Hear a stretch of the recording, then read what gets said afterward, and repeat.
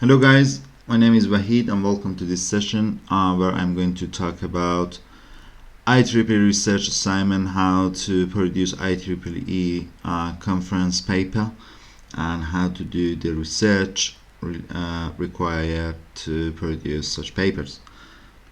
Today I'm going to provide the guidance notes and some points about that on how to write IEEE paper, as well as the way that I'm marking your assignments and your papers at the end of the day. So research paper marking scheme and criteria will be discussed towards the end of the session today.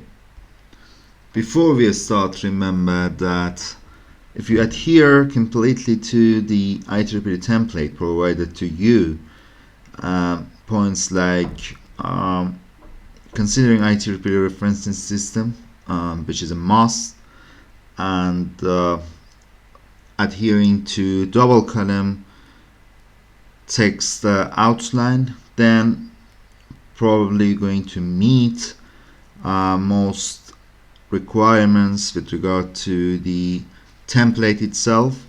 But more importantly for me is the research considerations when it comes to writing your IEEE paper and submitting it somewhere. So what you need to consider and what my expectations are. This video is supposed to take a look at the research requirements by IEEE publication body, and also my expectation when it comes to marking. It gives you a better idea how to produce your paper and how to crack on with your research. The topic of your research is already given to you by me, but you need to choose a subtopic or a good and valid research question upon which we need to reach a consensus that that subtopic is valid and is up-to-date research gap, and after that you can start your work.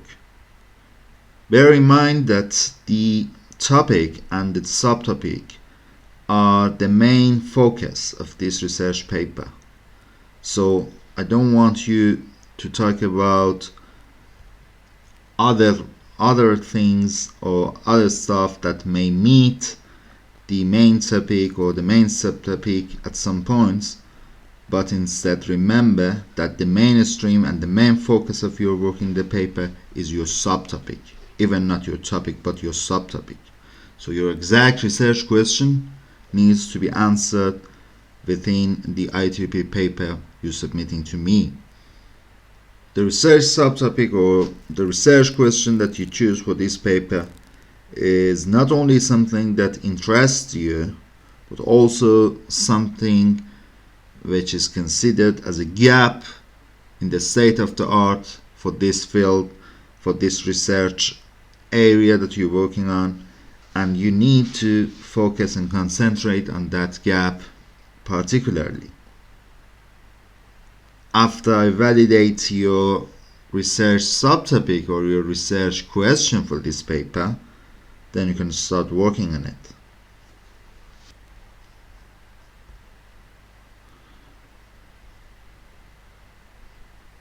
Before you start, you need to consider these points here. The first key point here is that before you start, bear in mind that your research at the end of the day will be evaluated by reviewers, including me. So someone else is going to review line by line what you have said in the paper.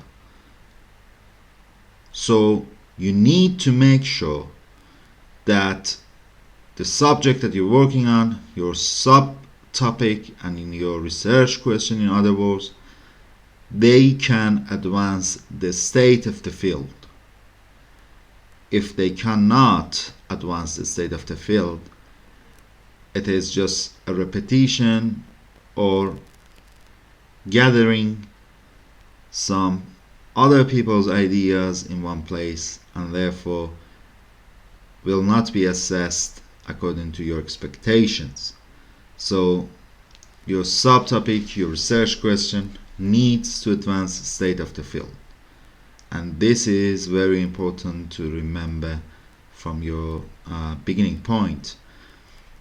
Even if your work is a literature review or a thorough review, as we say, just a survey of published literature for solving a specific problem in the field of your research, then you need to consider that you need to add your own critical thinking and your own critical understanding to the paper when you submit it.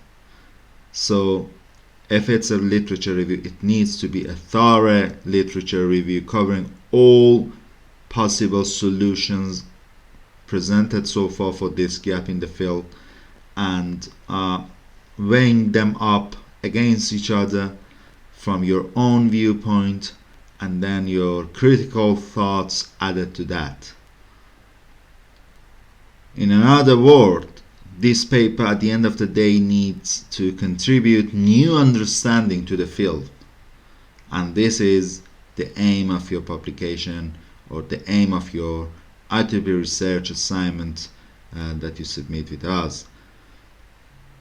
Of course, for this you need to have a solid research strategy to find the most relevant literature around your subtopic.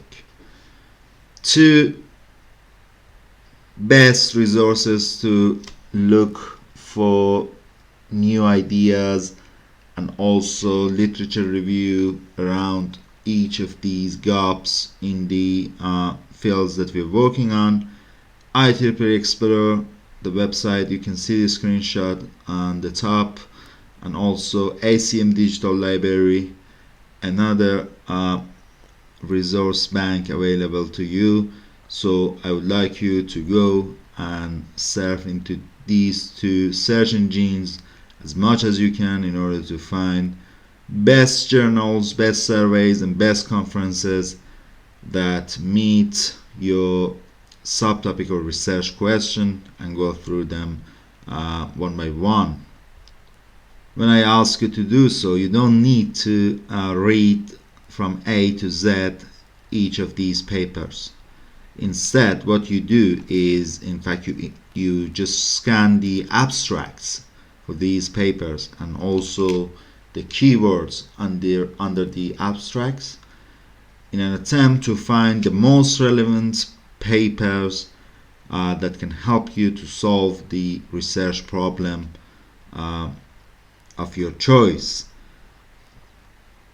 So bear in mind that there is no need for you to read through every document, but just scan the abstracts to evaluate how relevant they are to the research question you're following. As you read papers, the most relevant papers to your research question, remember you need to take notes and keep researching in this way. Some students ask me, when is the best time for us to start drafting our IEEE outline? Our recommendation is only at 3 points of time start your draft, and not before that. Firstly, when you have solved the problem in the field, so you have solved your research question or your research subtopic, that's the time for you now to start writing down your paper and drafting your outline.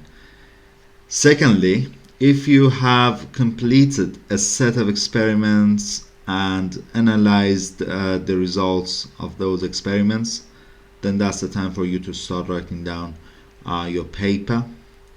And thirdly, when you have finished a thorough literature review, that's another appropriate and proper time for you to start writing down your paper and drafting your outline.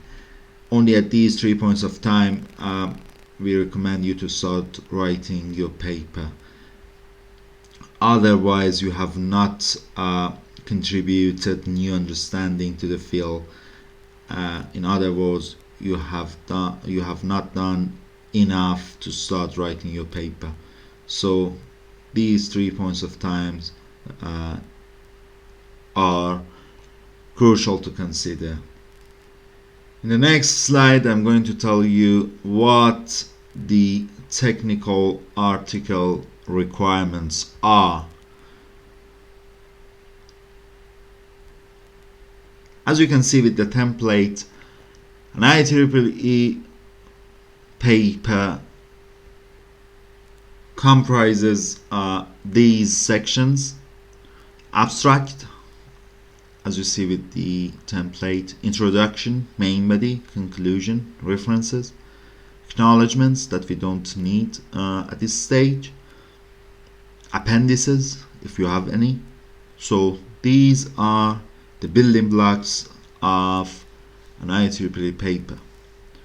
Of course, you start with the title, and as I said, you will be given a topic, and out of topic you need to derive your own subtopic or your own research question, and I need to validate that, and from that then you can derive your title for your paper. You can pick a title.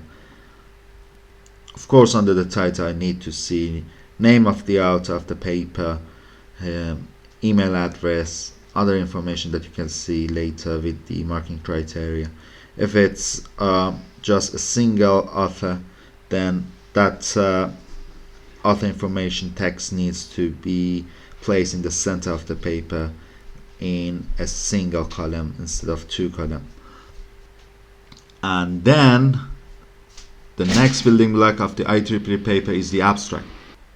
Abstract is known to provide an overview of the paper. That means that you need to finish the paper first and then start writing down the abstract. So remember, do not start with abstract. Abstract is in fact the very last thing that you start writing down when you are doing IEEE paper. Abstract is supposed, as we will see shortly, to tell us what the topic is about, what is the main outcome of your research. Abstract is going to give the reader an indication of what the paper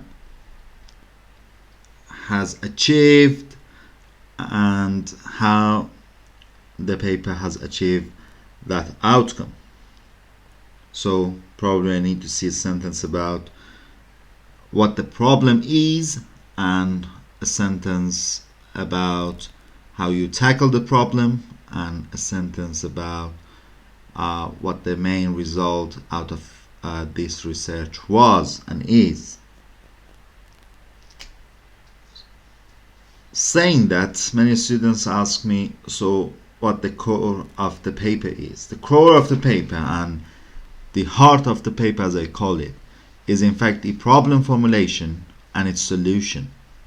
In other words, the heart or the core of this assignment and this paper, IEEE paper, is the main body, where you need to tell me what the previous research was in the field and what the current problem is and how you want to tackle that problem in order to solve it. So problem formulation, and then solving the problem using your own method, your own model, your own experimental results, which shows how successfully you have tackled the problem, or other people's models, methods, or results, but your critical understanding added to that. So overall, problem formulation and its solutions form the core of the research paper and research assignment here. So when you ask me when to start with the paper, problem formulation and its solutions section is probably the best place to start with, because it's the research itself and what you're supposed to do. So problem formulation is solution. When you finish it up, then that's the time for you to start writing an introduction to your paper, Then you can write a conclusion on your paper, highlighting the concluding points, the main conclusion to be drawn, and the very last thing that you need to write down, as I said, is the abstract. In the next slide, I'm going to go through each of these building blocks for an IEEE paper, explain them briefly, each section. But the main summary of our discussion so far is that I have told you where to start with and where to finish up your work, your research. You start with core of your paper or core of your research, which is the problem formulation and its solutions, and then you start with introduction, conclusion, and abstract. So main body of the paper is the most important part, where previous research, problem formulation, and models, methods, results to tackle that problem in the field are discussed in details. So next section, we want to see paper sections in more details, title, abstract, introduction firstly, and then we move on to the main body. But first, title, index terms,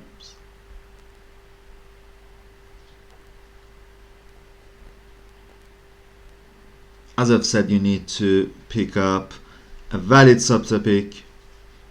You need to have a clear research question, which is an existing gap in the field of research. I don't want you to reinvent the wheel. I want you to work on a cutting edge research problems and solutions. The next part is abstract. As I've said, abstract is a condensed version of the entire article. It includes key points of introduction, methods, results, conclusion. So pretty much it is an overview of the paper. Remember, language-wise, abstract is written in past tense. So when you write abstract, you need to use past tense. Abstracts are also good for you when you do the actual research itself, when you read abstracts, in order to decide whether or not that work is related directly to your research question you're tackling. So abstracts are the very last thing that you write down when it comes to your own research, and is very first thing that you read when you do the actual research. Third part of the paper is the introduction. In introduction, I expect you to explain three different things. 3 points that I want you to discuss when you write down your introduction include, firstly, you need to tell me why the title you think is an important problem.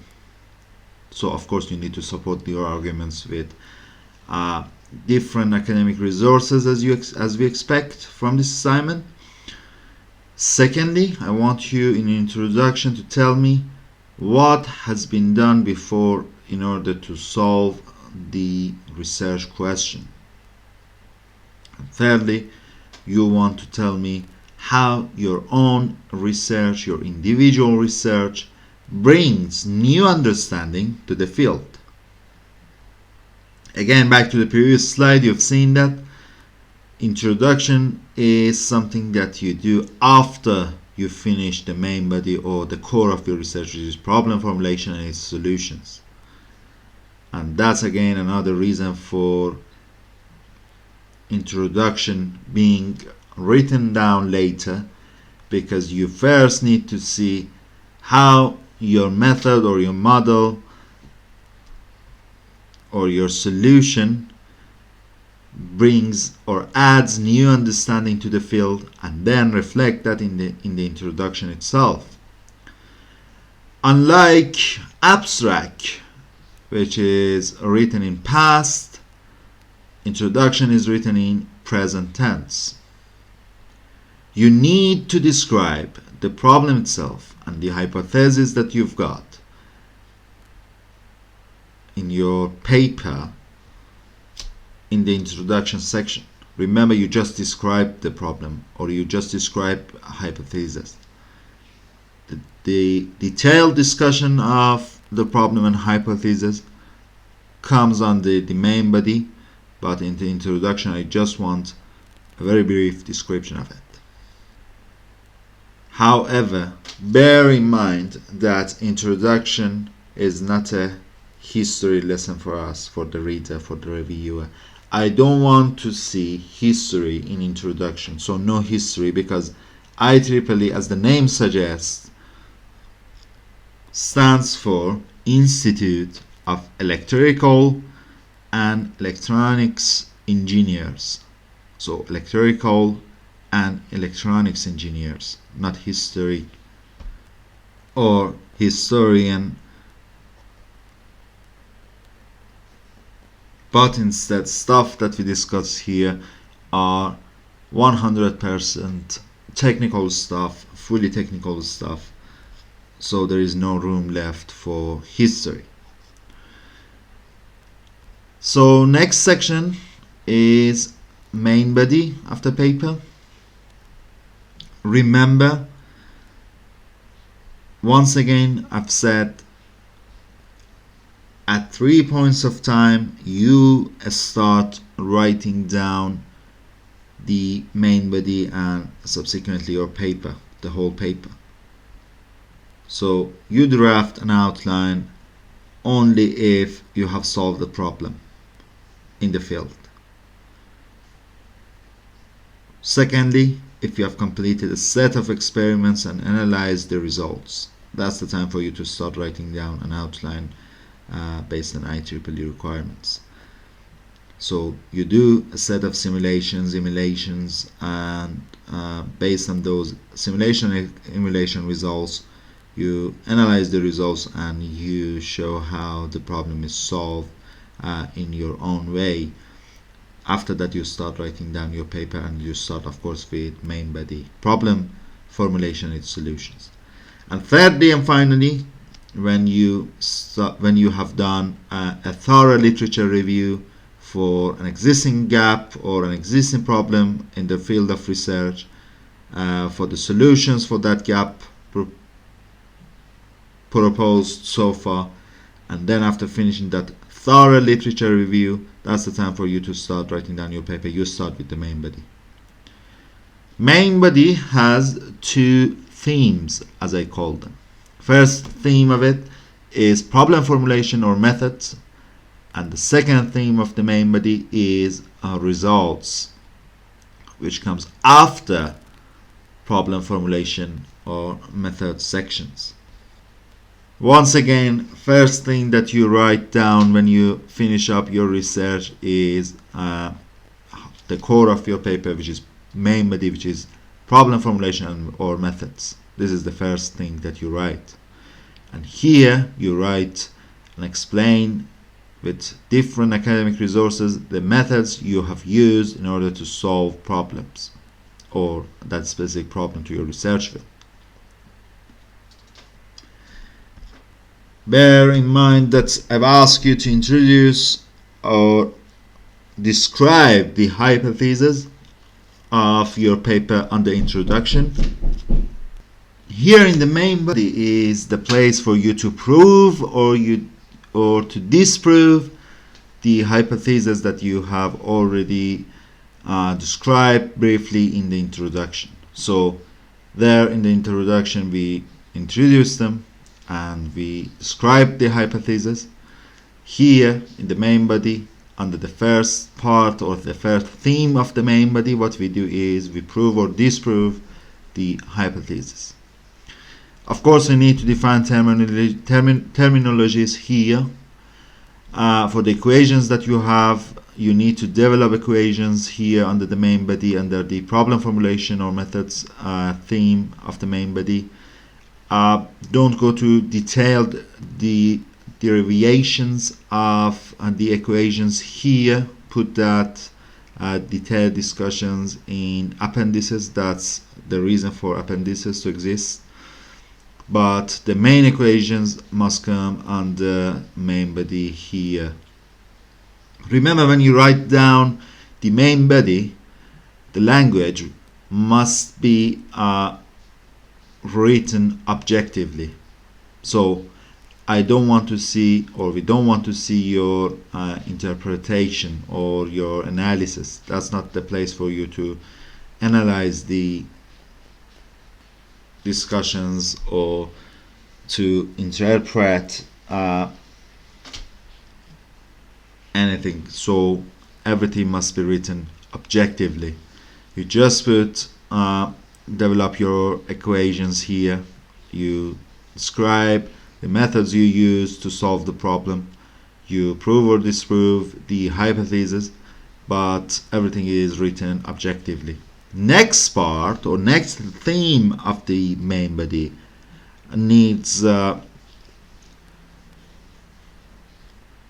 your analysis after you told us the results of your research. And this is exactly where the novelty steps in. In fact, you show us, or you analyze your solution to show us how your solution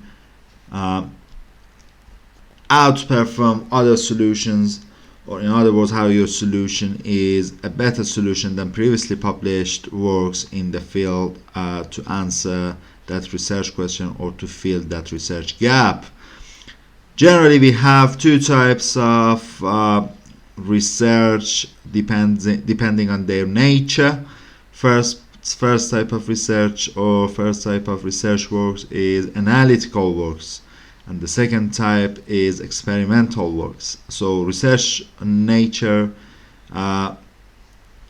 in publications can be analytical or can be experimental. If they are analytical, and for analytical research, you need to show us here under the results section or results theme of the main body. Under analytical works, I want you to show me your results obtained from your equations. So analytical works is associated with equations and math. So if you have used heavily math discussions and different equations, and in other words, the nature of your research is analytical, I want to see the results obtained from your equations here under the analytical works type of discussions within main body. Second type of research that you do, or second type of research works based on their nature, is experimental works, when you use direct simulations or emulation results or experimental measurements in order to prove your point or in order to prove your solution better works than other works, or you can fill a research gap. So if you're using experimental measurements, simulations, or emulation results, that means that the nature of your work is experimental, and this is what we expect under results sections of the main body. If you're using equations or mathematical discussions here based on equations, then the nature of your work is analytical, and for analytical works I want to see your equations and their details on the results section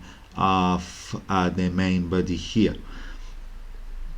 No matter if your work has analytical nature or experimental nature, what you need to demonstrate is, at the end of the day, to demonstrate that you have developed a new and novel solution that can advance an existing one or can bring forward a new solution if no any other solution exists in the field before. So either a new solution or advance an existing solution for a current research gap. This is the aim of research and this research publication here at the end of the day. I want you under the main body to illustrate your findings as much as you can with tables, with graphs, with figures instead of text. So when I am talking about illustrations and I want you to use illustrations as many as you can, remember I'm talking about your own drawings. I'm not talking about someone else's or some other people's papers, drawings to be copied and pasted into your paper. No, I want your own drawings which reflect your own thinking or your own thoughts and understanding on a particular subject. You may want to show me the categorization that you have for a problem from your own viewpoint with some figures or with some graphics instead of using heavy text. So in that way you want to convey the gist of argument, as we call it, to the reader using illustrations, and that is very much appreciated. So at the very end part of main body, we either only show results without interpretation, or for some other IEEE works we may combine results and discussion. I prefer you, if you have your own results, I want you to discuss it in details, what your results show, what is the advantage of your approach, what is the main disadvantage of your approach, and how you weigh up your approach against other approaches proposed so far, probably to solve this research gap. But bear in mind that you can either have results without interpretation for some IEEE works, or results combined with discussions, and results with discussion is the preferred approach for this assignment. So the main conclusion of this slide probably is that in order to get your point across, use diagrams as many as you can.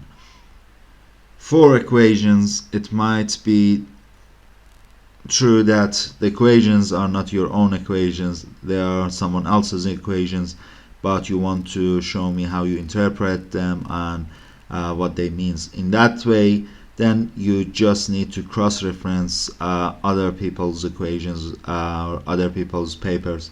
That's acceptable. But for drawings that you can draw them themselves, I don't want to see other people, I want to see your own drawings and how you think about a particular aspect of the research problem or solution. Bear in mind that all illustrations, graphs, figures, tables, they must be labeled, they must have meaningful captions. See the template for more information. Bear in mind that when it comes to the outline and the format of your work, you probably do not go too far wrong if you just follow the format, the template, when it comes to the caption, where to place it, figures, tables, where to place them, what are the accepted font size, alignments of the text and those stuff. So you don't go wrong if you follow the template itself. Next slide is going to tell us about the conclusion section. So we have seen introduction, abstract, main body, discussions, and now conclusion section. Remember that conclusion is not the right place to start discussing new things that you have not covered previously. I want you to explain what your research has achieved when it comes to conclusion. I want you to tell me the benefits and the disadvantages of your solution in comparison with other people's work so far. Probably conclusion is the most similar part to the abstract itself, but conclusion has more details compared to abstract. That's why I ask you to write down the abstract as a very final thing, because it has more general theme compared to the conclusion itself. In conclusion part, I want to see a summary of your findings in this research task, the main concluding points that can be drawn, probably implication of your research for the field, and very importantly, at the end of conclusion, you will discuss the future direction of research based on the findings of the current work, which is yours. So based on your findings, what are the potential future directions for more investigations for this research question? As I've said, conclusion helps writing down the abstract later. Next, I want to talk briefly about illustrations. Once again, I want to emphasize the importance of illustrations, and that's why I have made a separate slide for it here. After illustration, I want to discuss references. Very important. Probably the first thing that I go through when it comes to marking your work and providing feedback to you is your references. I want to see how broad your research was and also how deep your research is. For seeing how broad it was, I go to references, and to see how deep it was, I go to the main body of it, and then I show you the template briefly.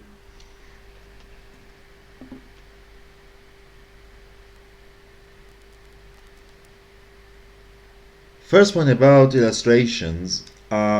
Remember, tables, graphs, figures that you make, first of all, should be self-explanatory.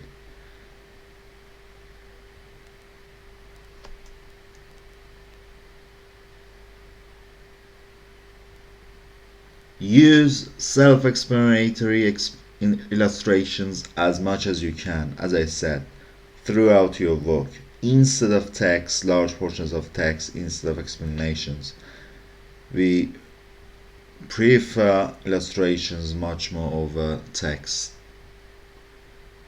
What's the goal of illustrations? Illustrations, in fact, clarify idea and support arguments that you make in the text, but in much quicker way than text itself. So figures can quickly show ideas, can quickly show conclusions.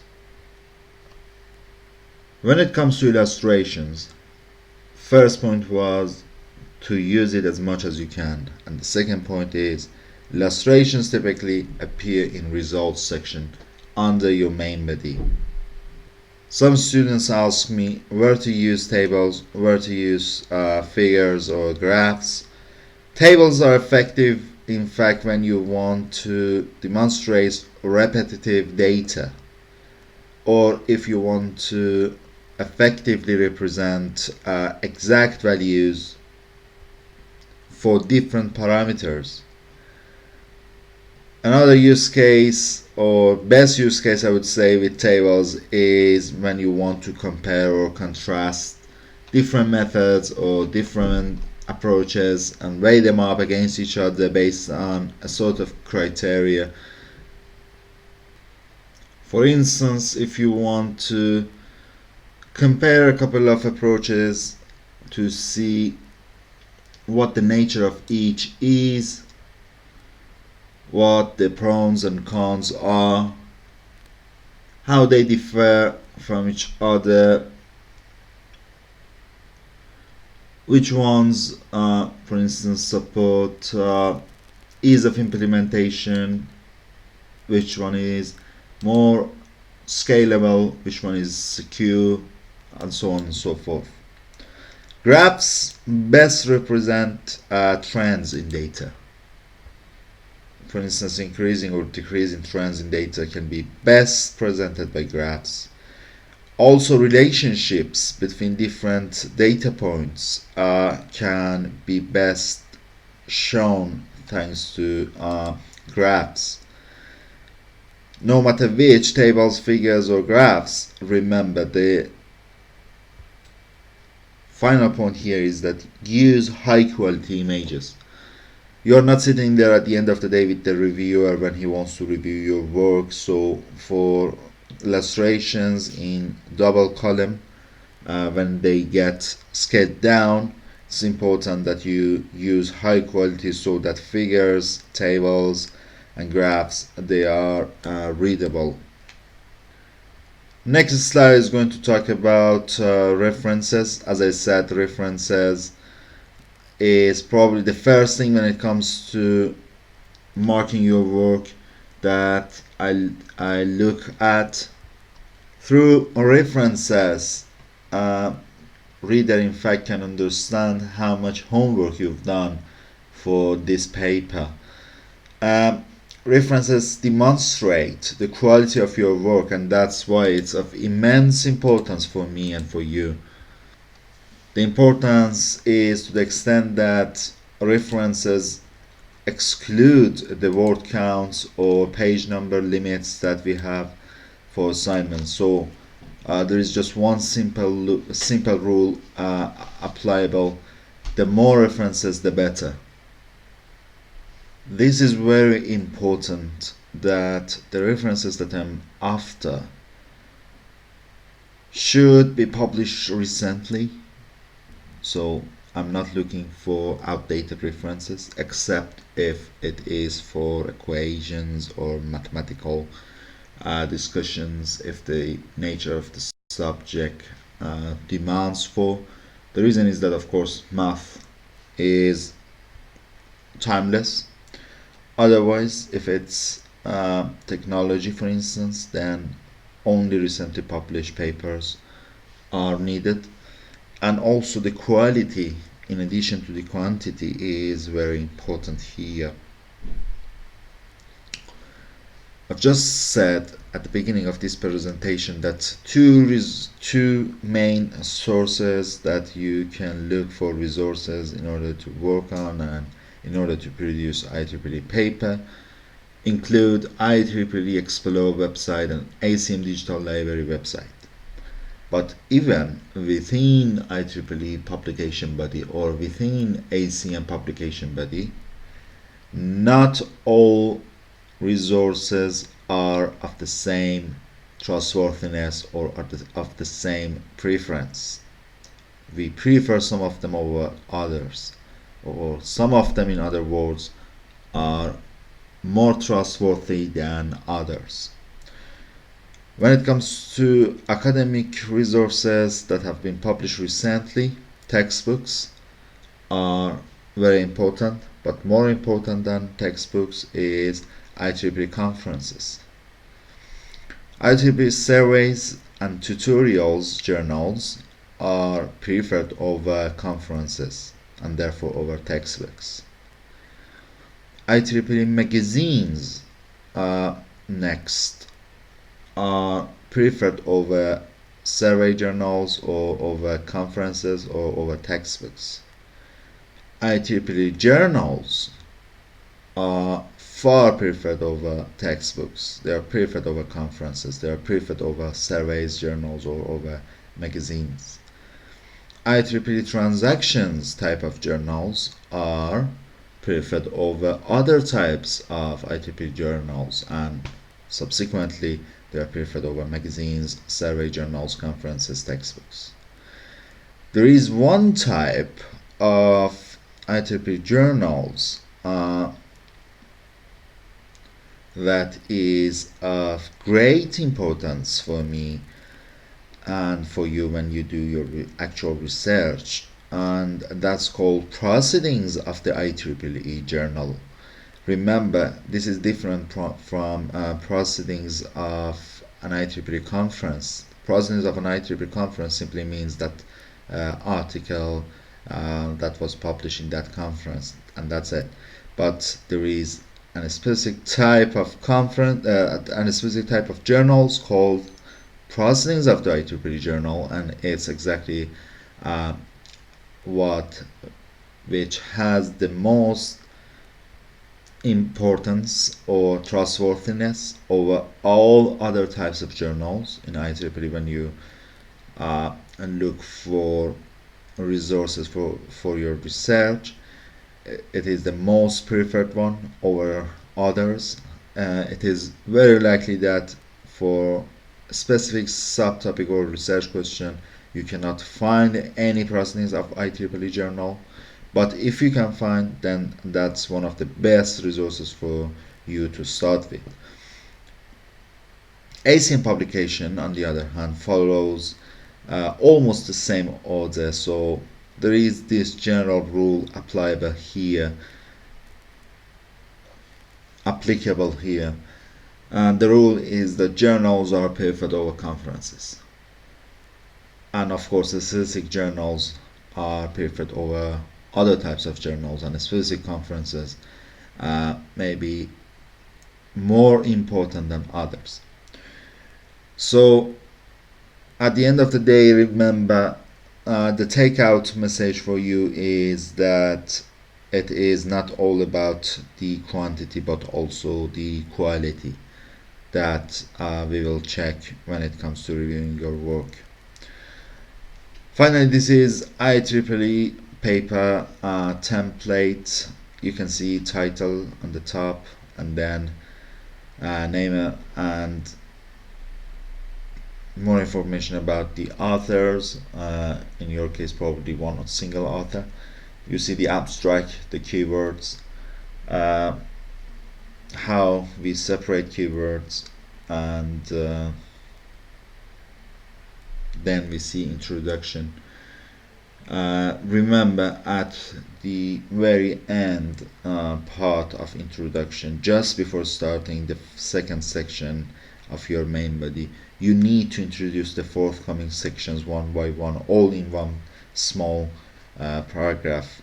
Then you start main body. As we can see here, main body consists of several sections depending on the nature of your research paper and the way that you want to deliver the arguments that you have to the reader. So different sections. The way that we represent the equations is shown here. The way that tables and graphs, figures are shown. The captions, the placement of captions, and then conclusion and references. So just remember that all is double column format. Next up is in fact what I call as Wahid's 10 commandments when it comes to write down IEEE paper. This is very important for you to consider just before you start your research. The first point to consider is the way that you extract the research question out of the topic itself. Remember, choice of subtopic is very important. The reason is that topics that we provide are generally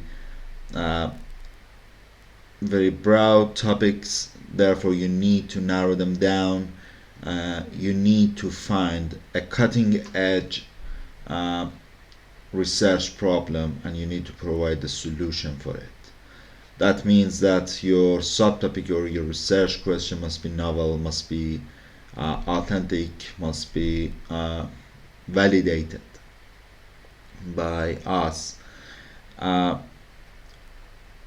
So narrowing down your chosen subtopic or research question further and further to an exact research question, I would say, can help you to have a focus and can help you to work in a way that you can add new understanding. Your work can contribute into new understanding of the field, and that's what is required for this assignment. So if you are given, for instance, SCN security then don't come back to us with a paper about safety and security issues, for instance, and solutions. That's very general and historical type of paper. We don't want that. We need to narrow down the main topic further and further to find a very exact research question, and that research question needs to be the main focus of your work, but not the general topic. So you propose a subtopic or research question based on papers that you read in IEEE and ACM libraries. There you can find not only very recent gaps in the field that are highlighted, but also different ways or different approaches that other people tackled those problems and try to fill the research gap with their approaches. And from those approaches, definitely you can get new ideas of how to tackle the problem in your own way or in a novel or new way. So the content of your paper elaborates on your subtopic or research question mainly.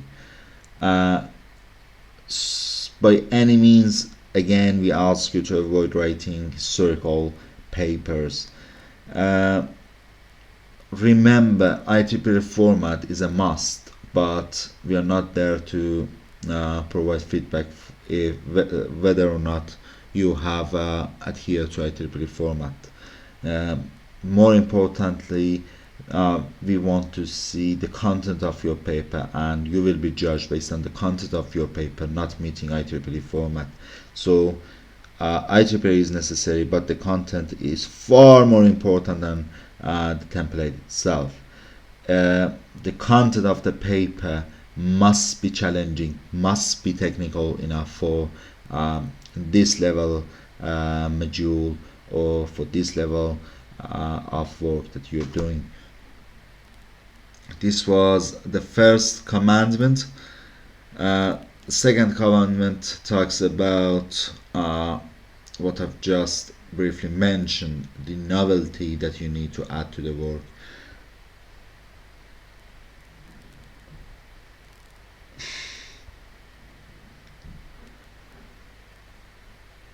I want clearly to be able to see in your abstract and your conclusion what the novelty of your work is. So specify the novelty of your work in abstract and conclusion clearly for me. I want to see what you have added to the field of research here explicitly. Even if it's a new classification, even if it's new categorization for the state-of-the-art solutions. Imagine that you find a very good and important gap in the field. For that gap, you go and you survey all the existing works that try to solve that gap in IEEE and ACM. Then you, in your paper, you explain different methods by different people, how they tackle this issue, this gap. You compare the pros, cons, similarities, differences of these approaches together, the reasons for their success or the reasons for their failure, and you come up with a new classification for the research gap, or the new classification for the solutions for that gap, or you come up with a new categorization or which reflects your own understanding of the field, both gap and the solutions. This is enough. It adds novelty to your research work because you are reflecting your critical thoughts and understanding. But if it's just a get-together task, then no, this is not a get-together task. I want to see what you have added to the field. So, but whatever comes, if it comes from your own viewpoint and it reflects your own critical thoughts, that contribute to new understanding of the field, and that's enough. It adds novelty. So I don't want to see general research question. I don't want to see general subtopics.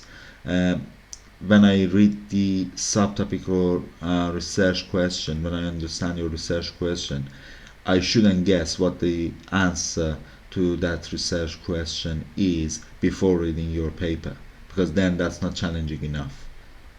So please don't come back to us and say that, are we living in a secure era for telecommunications? I don't want to see this sort of newspaper headings for a technical piece of assignment in academia. So the subtopic or the research question that you come up with and the way that you add novelty to that research task that you're doing, they have to be technical enough. So I want to see clearly deep technical involvements by students into the subjects that they're researching. Go beyond the state of the art and reflect your own critical thoughts, and also reflect your comparative analysis but when you're reading state of the art. So by reflecting your comparative analysis, evidence by the existing work or by the state of the art, you can step beyond the state of the art, of course. Some students, they want to produce solid IEEE based works, and they ask me, where can we get ideas? The best place to get ideas is IEEE ACM libraries. So ideas reside there, believe me. So you go and read different papers in your subtopics subject or field. You see how different people tackled with that cutting edge or existing problem in different ways, and there you can see how you can add novelty or how you can provide a solution, your own solution, which is different from others and probably covers some of their mistakes or some of the things that they have ignored, and therefore it's novel. Sometimes a synthesis of those solutions, of the current solutions, a synthesis of them together can solve specific research problems, for instance, and then a synthesis of them again can be your own solution and can be novel because no one else has proposed that before except you. So IEEE and ACM survey journals, for instance, or other types of IEEE ACM publications are the best place to start with to get ideas that can help you step beyond the state of the art for specific research question. Next commandment is that students sometimes they think that this research task is in fact asking them to provide a set of technical components, each of them like a separate island without any interconnection or without correct interconnection that they need to present in their IEEE paper, and then they just provide that as they work to us. When we say this is not a get-together task, what we mean is exactly this. Do not provide a number of separate islands without correct glue between those islands or between proper interconnections between that islands became clear. So if each island is a technical component but you fail to display the proper interconnection of these islands together in a bigger picture, then you don't meet our expectations. Some people, on the other hand, they glue these islands together, but they forgot that they need to clarify what the novelty of the author was in the paper. So as at the same time I want to see a functional, as I say, or a coherent whole for your paper. So correct interconnections of those technical components. Simultaneously, you need to highlight what the novelty of your research is. I want you to put technical elements in a way together that a coherent and functional whole can be made at the end of the day that can answer your subtopic research question clearly. That's the objective of this paper. And that's what I mean by this third consideration here. I want a coherent and functional whole that can answer your research question, and therefore it has a novelty element in it as a result of meeting the previous consideration or commandment, as I call it. Fourth point, we've gone through that before.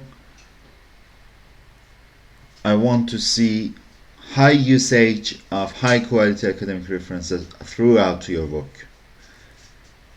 What we mean by this is that every technical statement you make must be fully cited using high quality academic references. Once again, each technical statement you make. So that's why the expectation is to see an abundance number of good quality references within your work. And when we say good quality, what we mean is IEEE ACM journals conferences. There was one simple rule applicable: the more the better. I don't want you to use www for academic research at all. I don't want to see any clue of online resources. It is a technical module, and every reference you use must be peer-reviewed reference. Usage of Elsevier or Springer's journals is okay. So once again, strictly avoid using online websites and www.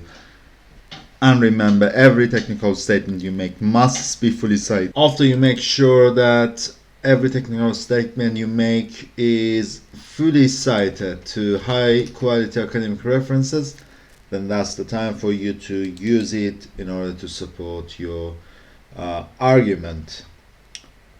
Next slide is going to talk about the 5th out of 10, what we call my commandments. For fun, just some points for you to consider when it comes to doing IEEE based research assignment. The 5th point should be something that we have already discussed. The expectation is high usage of illustrations as much as you can.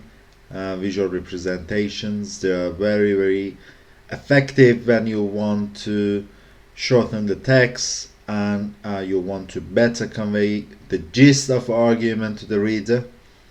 So with each method you discuss, you need to weigh the pros and cons. Again, you can make good use of visual representation there.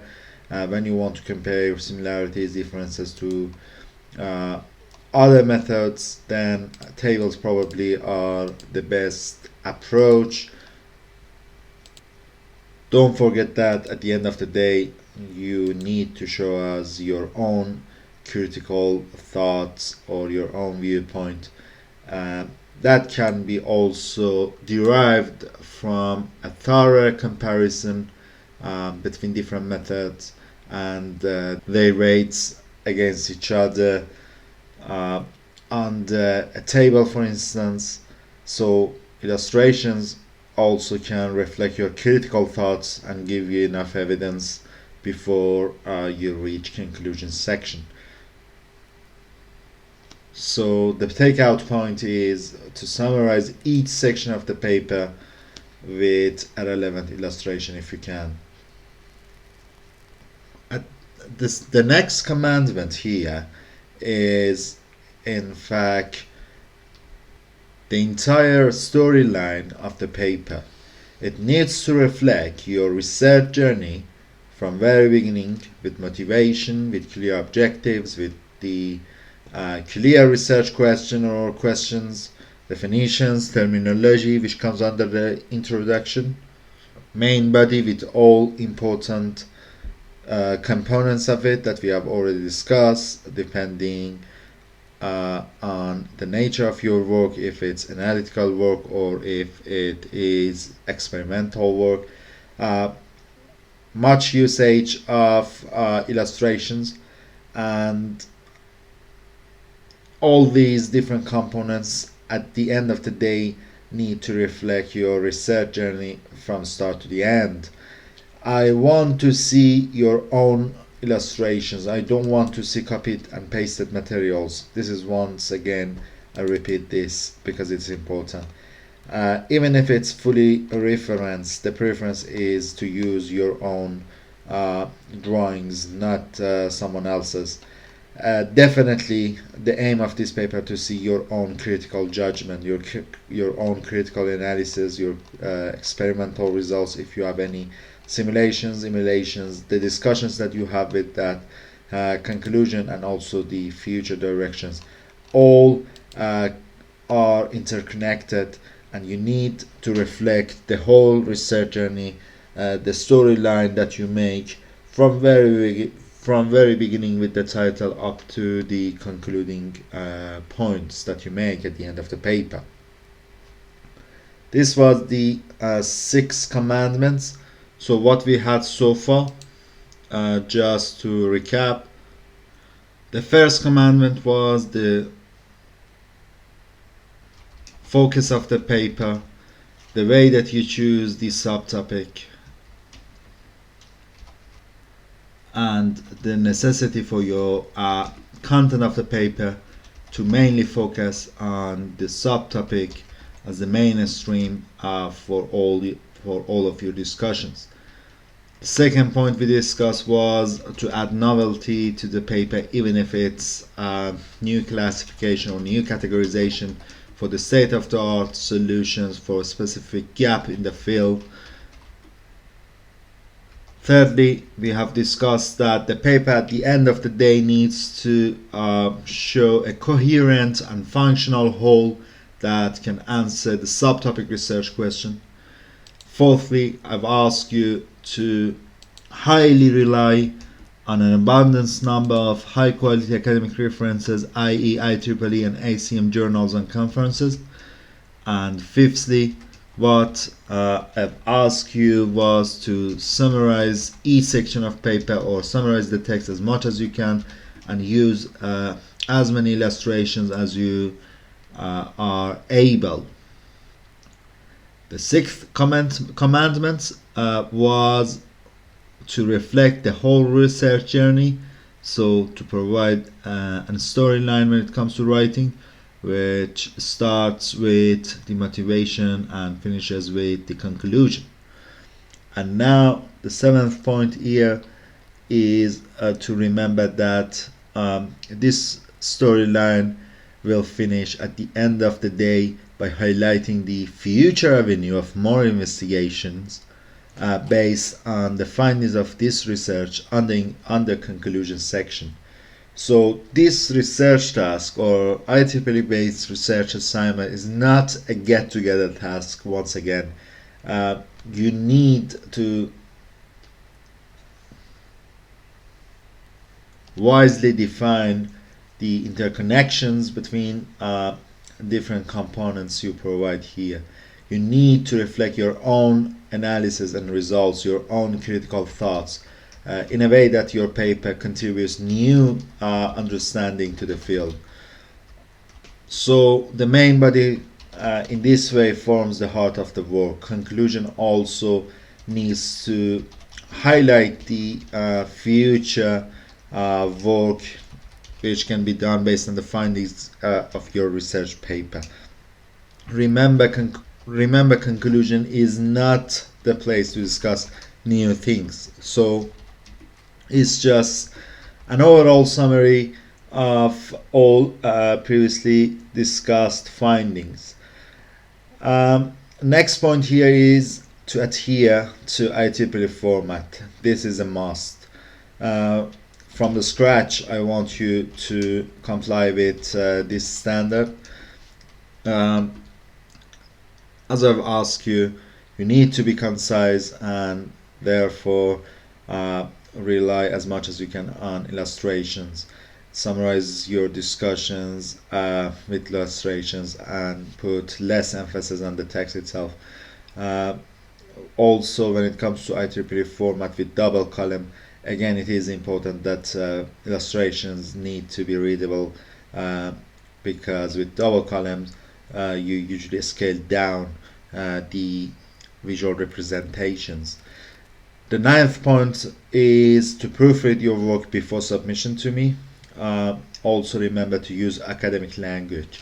So you're not sitting there with the reader or reviewer. You need to use simple and clear structure when it comes to English language. Avoid sophisticated English language because it's not academic. So that's why we ask for proofread and also ask you to use someone else's ideas on your writing, the style of your writing.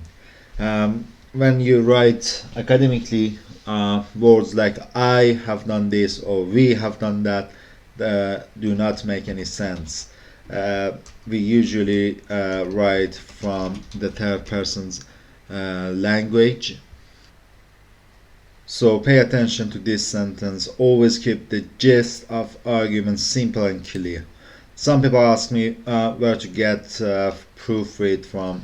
The best way is, in fact, to team up with your co-student colleagues and ask for peer review of each other's work and provide feedback to each other. The last commandment of Wahid's 10 commandments here is to check your work, your final paper with Turnitin. Check it before submission. It has to be under 20% of similarity. If it's not, then you may be accused of plagiarism. You may be treated as someone who's done academic misconduct. So academic misconduct jury will be established and will be judging on your work. You don't hear anything from me, you don't receive any feedback from me because it's not your work, so I cannot provide feedback for you when you're submitting someone else's work. So if it goes beyond 20%, definitely you need to reconsider the submission and you need to talk to me about that before the final due comes in. If it's below 20%, then that's fine. Don't worry about academic misconduct. Some people, they say that I have used my previously published or previously done or even currently done work here, so in a way I am cheating from my own stuff. That's again plagiarism. When I'm asking you to produce new piece of assignment, that has to be new piece of assignment dedicated to this work. So even if it's your own work previously published somewhere else, you cannot resubmit it here. These are Wahid's 10 commandments, very important to consider when it comes to submitting an IEEE based assignment, research assignment to us. Next slide is going to tell you about the marking scheme, marking criteria. When I receive your work, how am I going to mark it and provide feedback for you? I need to say here that if you follow up the 10 previously discussed 10 points, then you shouldn't have any problem really. So once again, just to recap 10 points, if your paper has a focus and a valid research subtopic or research question to focus on initially. Secondly, if you have added novelty to your work, even if it's a new classification or categorization. Thirdly, if the paper is a coherent and functional whole at the end that can answer the research question clearly. Fourthly, if you have used an abundance number of high quality references, academic references. And fifthly, if you have used as many as you can illustrations in order to summarize each section of your discussion. Sixthly, if your paper reflects your whole research journey from beginning with the motivation all the way up to the conclusion, so not copied and pasted materials from others, but instead your own research journey. Seventhly, if you consider that you need to highlight at the end the future research works based on the findings of your paper. Eighthly, if you adhere to the IEEE format. Ninthly, the academic language that you must use, and asking proofread to proofread your work. And tenthly and finally, to check your similarity with Turnitin just before submission. If you consider these 10 points I've discussed previously, then you shouldn't have any problems. The marking criteria is shown in this slide. Remember that the marking criteria here is estimated marking criteria, not an absolute one. So I may deduct marks, for instance, if you don't comply with IEEE format, but I don't mark your paper at all if I see that this is not your own research work, it's someone else's work, or if I see that you couldn't add any novelty, it's just a get together task in your mind. So bear in mind that it's a rough marking allocation criteria. As you would expect, the core of this IEEE based research assignment is the problem formulation and its solution. So the main body has the most of the marks here, starting from minimum 55 marks up to 100. If I see that you have provided good experimental work or analytical work on the main body, and the work is your work yourself, it has novelty, it is answering state-of-the-art problem in the field, then definitely you deserve 100%, even if you have problems with other sections. So main body is of immense value for me. Starting with paper title, title, your name and other information, and then the abstract section, maximum of 5 marks. Again, effectiveness of abstract is important, clearness of content structure. Introduction section, remember I have asked 3 points that you need to consider when writing down the introduction. Very important, clear aims and objectives. At the end I want in a short paragraph to see an introduction to the forthcoming sections. Then you move on to the main body, which has 2 different themes. Firstly, problem formulation, or what we know as thorough literature review section. Quality of examination of existing works is very important. Clear setting of context, discussion of related works, new classification or categorization of the research issues or research solutions. This is where you need to focus on. For novelty, this is where novelty steps in. As I said, you need to display your critical thoughts, your own critical thoughts here, and you need to support your critical thoughts with high quality, up-to-date references here. Second theme of the main body is the heart of this assignment, where you need to show us simulation emulation experiments if your work is experimental or has experimental nature, or you need to show mathematical analysis undertaken, for instance, or equations if your work has analytical nature. Level of personal research undertaken here is very important, and you need to show that critical thinking added to existing works. Again, novelty steps in here. Mathematical analysis undertaken, simulation, emulation conducted with primary results. You need to also, or you can also validate your results against other people's works here. Clearness of presentation with the aid of illustrations, tables, graphs, figures, and if you bear at that point in your mind, then you need to use as much as you can visual representation here. Conclusion section, reflection of the work done so far, quality of shown critical thought and reflection, main findings of this paper, future avenue of more investigations needs to be highlighted here. References section, maximum of 10 marks. I want to see IEEE ACM journals, an abundance number of them, to support each individual technical statement that you make. Paper meeting IEEE requirements with 5 marks maximum at the end, and this is the total 100 marks, the way that I am going to mark your work. So I think that is pretty much it. Hope you enjoyed the session today, and happy researching.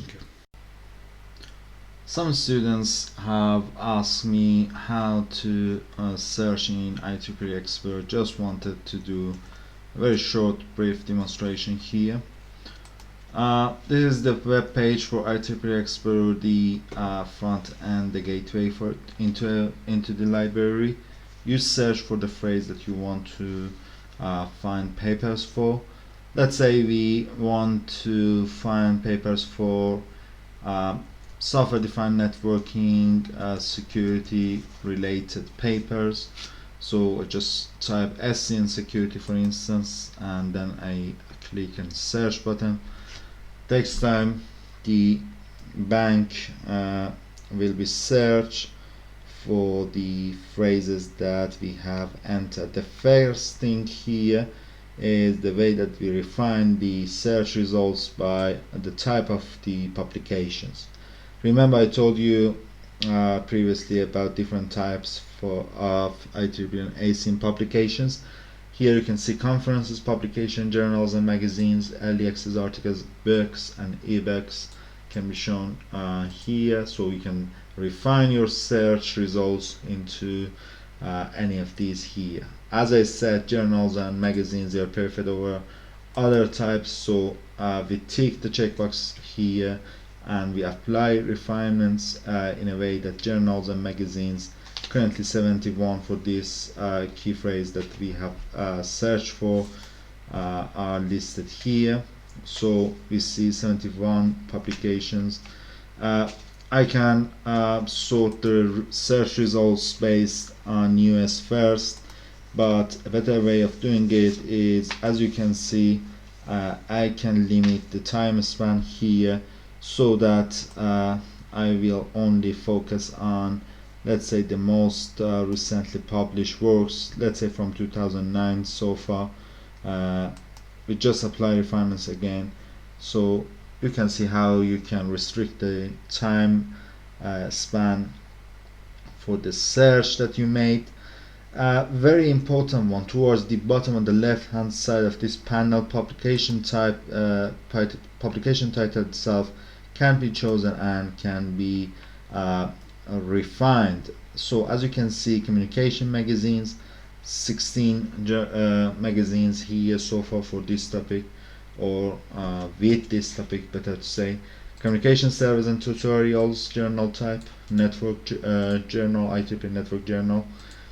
So security and privacy, different types of journals for IEEE can be seen here. But very important one, if you remember from my explanation to you, is proceedings of the IEEE. Remember, proceedings of the IEEE has the highest rank, is the most trustworthy one in the list that I've introduced to you. So luckily for this subject here, we have processing of the IEEE journal. So I select this one and then I just apply refinement to see the journal paper. It's software-defined networking, a comprehensive survey journal, and as you can see, the journal type is processing of the IEEE. It goes back to 2015, not very recent but acceptable. So I click on it. You should have full access to it. The abstract is provided to you here. You can read and you can decide if it's relevant to the research question or research topic and subtopic that you are developing. At very top of the page you can see the paper citations, how many times this paper has been viewed so far. You can view documents, you can download PDF here, and you can read the paper and use it for your research. So just wanted to show you here. I click on the PDF file, wait for the journal to get downloaded.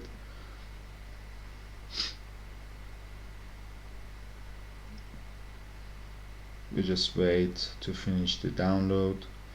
I want to open up the journal and show it to you. If you remember, you need to read abstract as very first thing to see if the work is relevant to you. So I just double click on the downloaded file.